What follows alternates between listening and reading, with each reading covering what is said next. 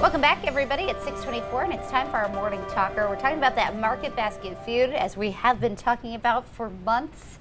It's finally over. Artie T is back in control of the supermarket chain. So we wanted to know, after all this drama, are you more or less likely to shop there? We bring in our friends over at Fun 107, Michael, Rock, Lauren, and Larry. And of course, guys, there's a store right there in New Bedford. So you guys probably have more to say about this than we do this morning. Oh, for sure. This is a big, big deal here in New Bedford, no doubt about it. I don't want to sound too melodramatic, but could this not make a movie? I mean, this was so crazy. So the story's incredible. Yeah. I want to know what the T stands for. I don't even know. But there's the Artie T and the Artie S. Yeah. And, which one's the good one again? Artie T is a good one. The good one, S is the bad one.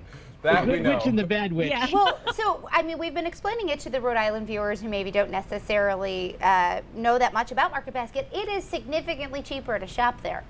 It is, and right now it's not to make this commercial for Market Basket or anything, but this whole year the whole thing was 4% off your order every time you go in. Oh, so, wow. Yeah, that adds up. Yeah. It's for what, though? a big problem for shoppers here, especially because there aren't a whole lot of other grocery stores around now that Shaw's has been kind of leaving the market. Mm-hmm. Right. I think it's been interesting too. Pun intended. Yeah.